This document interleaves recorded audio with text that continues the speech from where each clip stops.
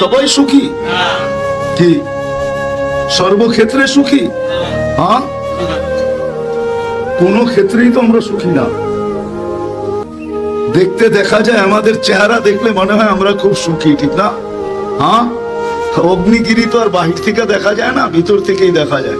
যতক্ষণ পর্যন্ত অগ্নিগিরি প্রস্ফুটিত না হয় ততক্ষণ পর্যন্ত মানুষ ভাবে জমিন এটা খুব ভালো, কিন্তু যেদিন অগ্নিগিরি ফুটা বাহির হয় তখন ওই এলাকার মানুষও তাক লেগে যায় যে এটা এতদিন লুকায়িত ছিল, তো ছিল কোথায়? আমরা যে সুখী না, আমাদের দিলের ভিতরে তো অগ্নিগিরি আছে, ঠিক না? না নাই?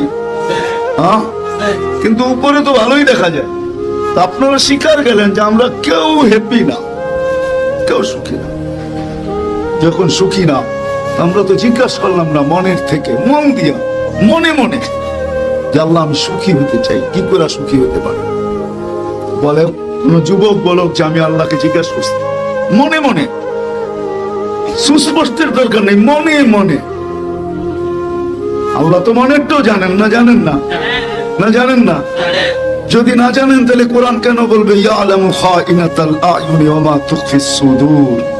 তুমি মনে মনে কি করো, কি বলো, কি গাও, সব আমি জানি। আবার প্রমাণও দিছেন, প্রমাণও আছে। সাহাবী রাসূল যুবক আয়েশা বাপের বিরুদ্ধে অভিযোগ করতেছে, আল্লাহর রাসূল বাপকে ডাইকা পাঠাইছেন। বৃদ্ধ বাড়ির থেকে আসতেছে মনে মনে কবিতা বলতে বলতে, মনে মনে, না জিহ্বা হেলে না ঠোঁট হেলে, মনে মনে।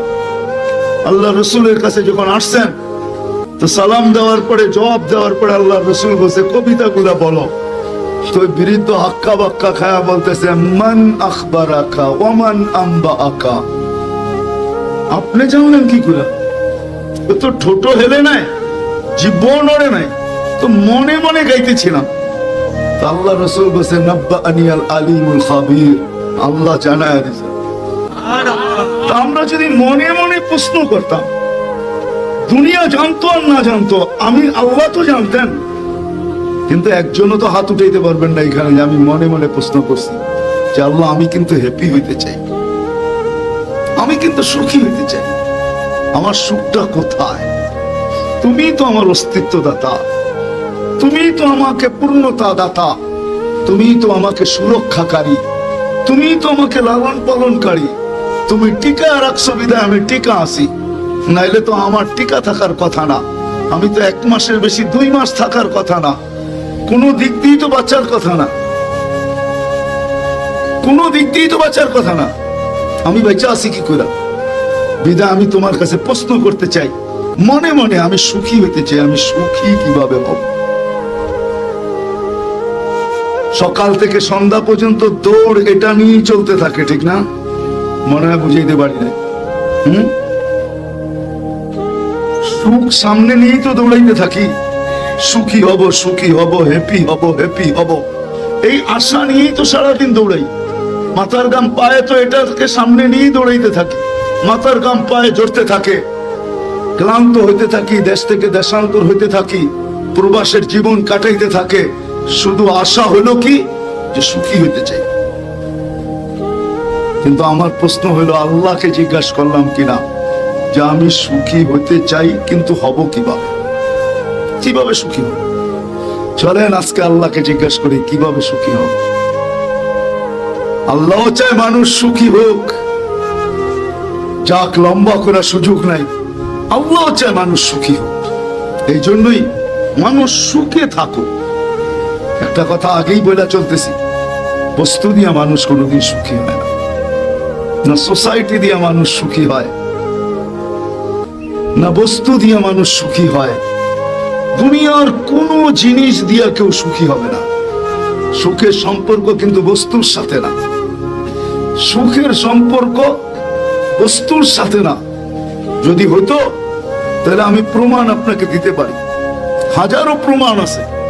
দুনিয়ার সবচেয়ে সুখী যাদেরকে আমরা উন্নত বলি, তাহলে উন্নত সমাজের মানুষগুলা সবচেয়ে বেশি অসুখী কোনোদিন হতো না।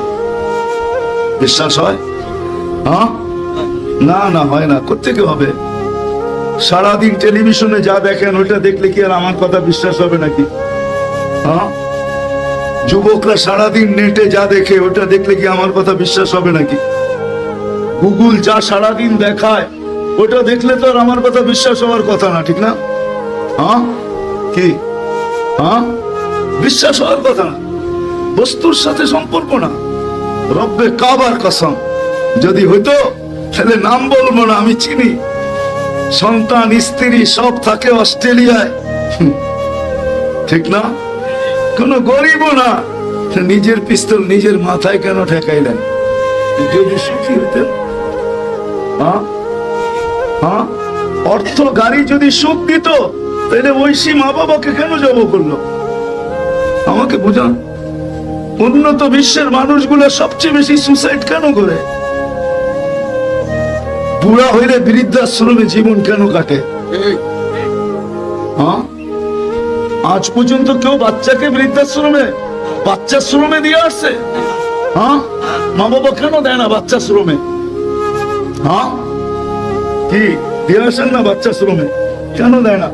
আমার কলিজার টুকরা কোথায় দিয়ে আসবে? ঠিক না? বাপু তো বাচ্চা হইলো, আমি বাচ্চা ছিলাম, এখন আমি বাপ হয়েছি। বাবা কি হয়েছে? বাবা বাবা বাচ্চা। মা আমার বুকে ঘুম পড়াবো, কত বাচ্চাই তো 8 বছরের বাচ্চারও বুকে ঘুম পড়ায়, ঠিক না? কত বাচ্চাই তো আছে বাপের বুকে না হইলে ঘুমই হয় না। ঘুম পড়ানোর পরে তারপরে আস্তে নিচে বালিশে নামায় দেয়, কেন? কতক্ষণ বুকে রাখবে? তো ছিল তো এই সময়টা, ঠিক না? তাহলে উন্নত বিশ্বের মানুষ যখন বাচ্চা হয় তখন বৃদ্ধাশ্রমে কেন যায়? যদি সুখ হইতো, বস্তু মানুষকে সুখী বানায়। এমন যদি হইতো যে তুমি টাইমলি মরবে, এর ভিতরে পুরাটা সময় তোমার হাতে উঠাইয়া দিয়া দিলাম, উঠাইয়া দিছে, নাইলে উপরবাদ বাক্য কেন আসলো? মারে আল্লাহ, রাখে কে? ঠিক না? রাখে আল্লাহ। এই প্রবাদ বাক্য কেন আসলো? বুঝে গেল হায়াত মৌত তো আমাদের হাতে না, কিছুই তো আমার হাতে না। সবচেয়ে বড় দুঃখ তো আমার এইখানে লাগে যে যেই ব্যক্তিটা লেখলো তার উপরে সত্যায়িত হলো। ওনার উপরে না হয়ে যদি অন্য কারো উপরে হতো তাহলে মনকে বুঝাইতে পারতাম। 1 মিনিটের নাই ভরসা, যে লেখলো তার উপরে সত্যায়িত হইলো। আবার সত্যায়িত হইলো তো হইলো ওই গান গাওয়া অবস্থায় হইলো। কি মনে হয় ভুলে গেছেন? ঠিক না? না, আমরা তো ইতিহাস খুব তাড়াতাড়ি ভুলে যাই, ঠিক না? ফিরোজ শাহী নিজে লেখলো, সে গাইলো, গাজীপুরের স্টেজে তার উপরে সত্যায়িত হলো, টান দিল, আর শেষ পর্যন্ত আল্লাহ চাইতে দিল না, ওইখানে পড়লো আর ওইখান থেকে বিদায়। না আছে ফিরোজ শাহী? এখনো মাঝে মাঝে কনসাল্ট করে না? না করে না? করে। 1 মিনিটের নাই ভরসাই জান গেছে। এই জন্য আল্লাহ মানুষকে বুঝায়। আমি যেটা বুঝাইতেছিলাম যে আমরা সর্বক্ষেত্রে কি চাই? সফলতা চাই, সফলতা, সুখ চাই। সর্বক্ষেত্রে আমি জ্ঞানার হতে চাই, আমি সুখ চাই সর্বক্ষেত্রে। এই ছোট জীবনটা আমি সুখী হতে চাই, হ্যাপি হইতে চাই, হ্যাপি। যদিও কে কে হ্যাপি লেখা আছে, ঠিক না? আপনারা বলবেন কে কে তো লেখাই আছে, আমার জীবনে থাকার না থাক তাতে কি আসা যায়, ঠিক না? মাঝে মাঝে তো ফুলের তোড়ায়ও হ্যাপি লেখা থাকে, ঠিক না? সবাই কিন্তু আমরা হ্যাপি হইতে চাই, সুখী হইতে চাই সর্বক্ষেত্রে। কিন্তু আমার যেখান থেকে আমি বাহির হয়ে গেছি, আমার প্রশ্ন হলো, আমরা কি কেউ কোনোদিন এই কথা ভাবছি বা প্রশ্ন করছি যে আমাকে যিনি অস্তিত্ব দিল, আমি একবারের জন্য মনের ভাবনা দিয়া তাকে জিজ্ঞাসা করি যে আপনি আমাকে 1 ফোঁটা পানির থেকে অস্তিত্ব দিলেন, সৃষ্টির সেরা একটা মানুষ হিসাবে সৃষ্টি করলেন। একটা দুধের শিশু ছিলাম আমি, অসহায় একটা শিশু ছিলাম আমি। অসহায় কেমন? ফালা লাকা সিন্নুন তাক্তা, দাঁত আমার ছিল না যে আমি কাটবো। ওয়ালা লাকা লিসানুন তানতিক, জিহ্বা ছিল কিন্তু আমার বাক শক্তি ছিল না। ওয়ালা লাকা উদুনুন তাসমা, কান ছিল কিন্তু শ্রবণ শক্তির কার্যকারিতা ছিল না। ওয়ালা লাকা আইনুন তানদুর, চক্ষু ছিল কিন্তু দৃষ্টি শক্তির কার্যকারিতা তো ছিল না। ওয়ালা লাকা আকলুন তুমাইয়িজ, মগজ ছিল ভালো মন্দ কি জিনিস আমি জানতাম না। ওয়ালা লাকা কলবুন তাতাফাক্কার, দিল ছিল চিন্তা কি জিনিস এটা জানার মতো ক্ষমতা আমার তখনও ছিল না। বলে আলাকা ইয়াদুন তাফতিশ, হাত ছিল কিন্তু কর্ম তো দূরের কথা, ধরার ক্ষমতা আমার কাছে ছিল না। বলে আলাকা রিজুলুন তামশি, পাও ছিল কিন্তু চলার ক্ষমতা ছিল না। আমি তো বড় ছোট ছিলাম। যেমন আল্লাহ বলে কুনতা সাগীরা, তুই বড় ছোট ছিলি। যায়ীফা, আমি বড় দুর্বল ছিলাম। জাহিলা, আমার মতো অজ্ঞ কেউ ছিল না। মিসকিনা, আমার মতো নিশ্চয় কেউ ছিল না। যেটার চিত্র আমি তুলে ধরলাম, ওই আল্লাহ আমাকে স্বয়ং সম্পূর্ণ করলেন।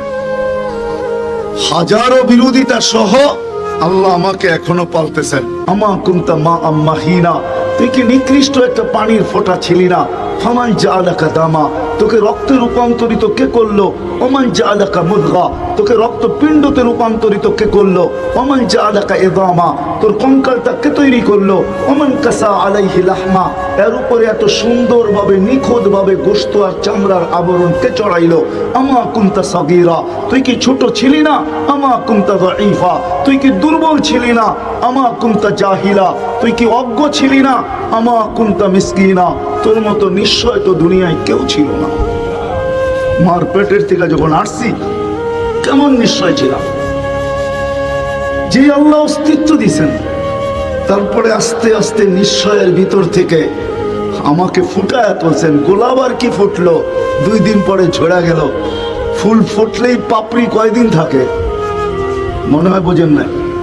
ফুল ফুটলেও পাপড়ি গোলাপের সাথে কয়দিন লেগে থাকে? কয় ঘন্টা বলেন না? 1 দিন, 2 দিন, 3 দিন।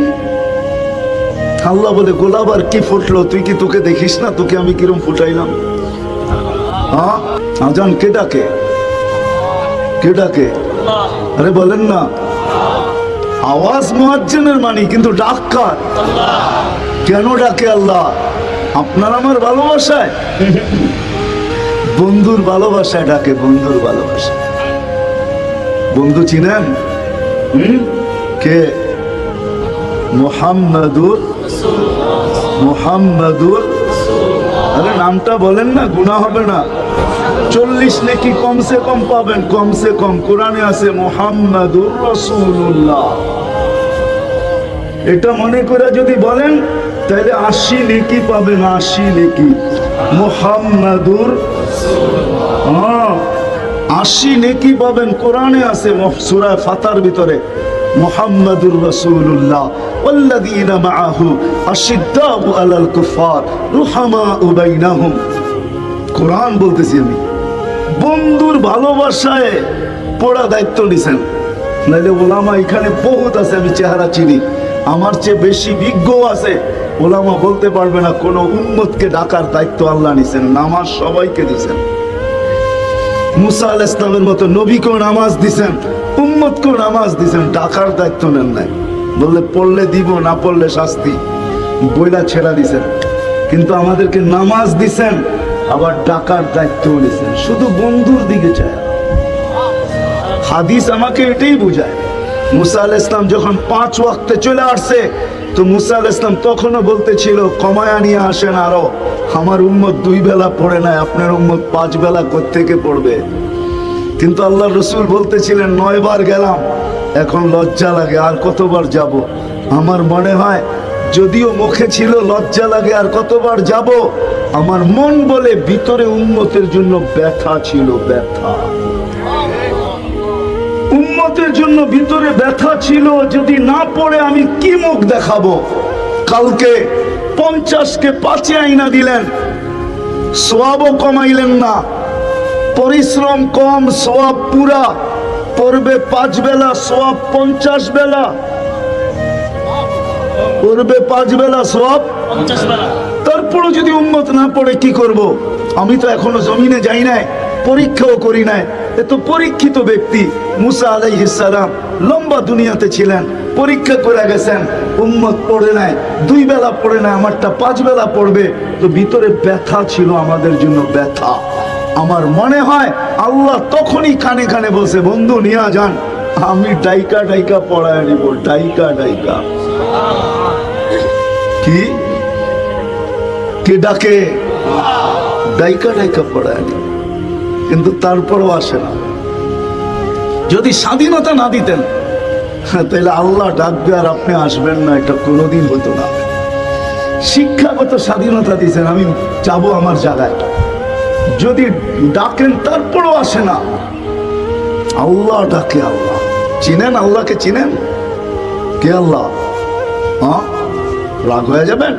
এখানে একজনও নেই যে 99 নামের অর্থ কোনো একদিন নির্জনে বৈশা ধ্যান খেয়ালের সাথে দেখছে যে 99 নামের অর্থ কি। বাংলায় পাওয়া যায় অর্থ, নেটেও আছে, পাবেন। কোনো যুবকও দেখে নেন অফিসের সামনে